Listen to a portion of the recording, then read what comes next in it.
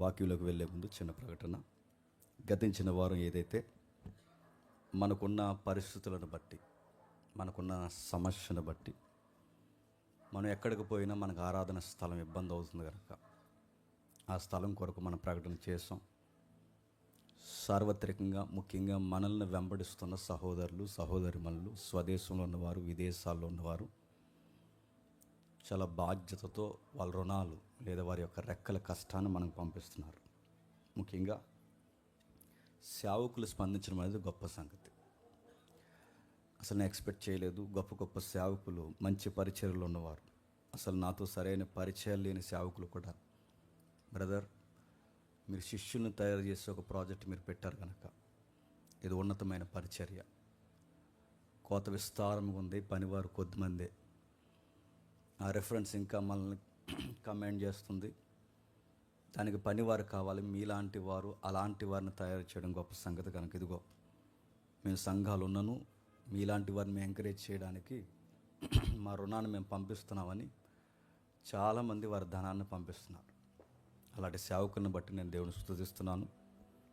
ఎవరు పంపించారు, ఎవరెవరు ఏ కష్టం నుంచి వారి యొక్క రుణాలను పంపించారు, వీటన్నిటిని ఒకరోజు నేను వివరిస్తాను. ఎందుకంటే మన టార్గెట్ ఇంకా చాలా దూరం ఉంది.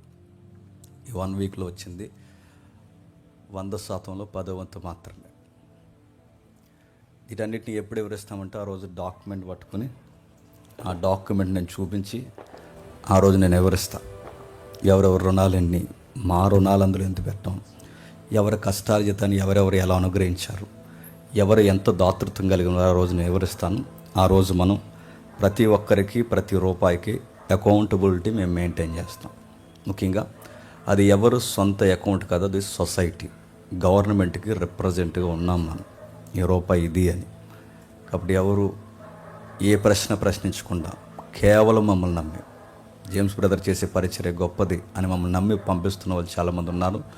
మీ నమ్మకం ఒమ్ము కాదు. మీ నమ్మకాన్ని ఏమాత్రం ప్రశ్నించాల్సిన అవసరం లేదు.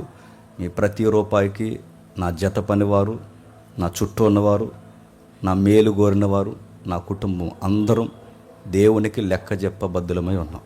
కాబట్టి దాన్ని నమ్మినందుకు మిమ్మల్ని బట్టి నేను దేవుని స్తుతిస్తున్నాను. ఇంకా చేయాల్సిన వారు, ఇవ్వాల్సిన వారు ఎవరైతే ప్రామిస్ చేశారో, ఇవ్వాల్సిన వారు ఎవరైనా ఉంటే ఇవ్వండి. ఈ 2 నెలల వ్యవధిలో ఆ టార్గెట్ మేము ఫుల్ అవ్వాలి. ఒకవేళ అవ్వకపోతే దానికి వేరే ప్లానింగ్ ఉంది. దాని ద్వారా మేము ముందుకు వెళ్ళాలని ప్లాన్ చేస్తున్నాం. ప్రార్థన.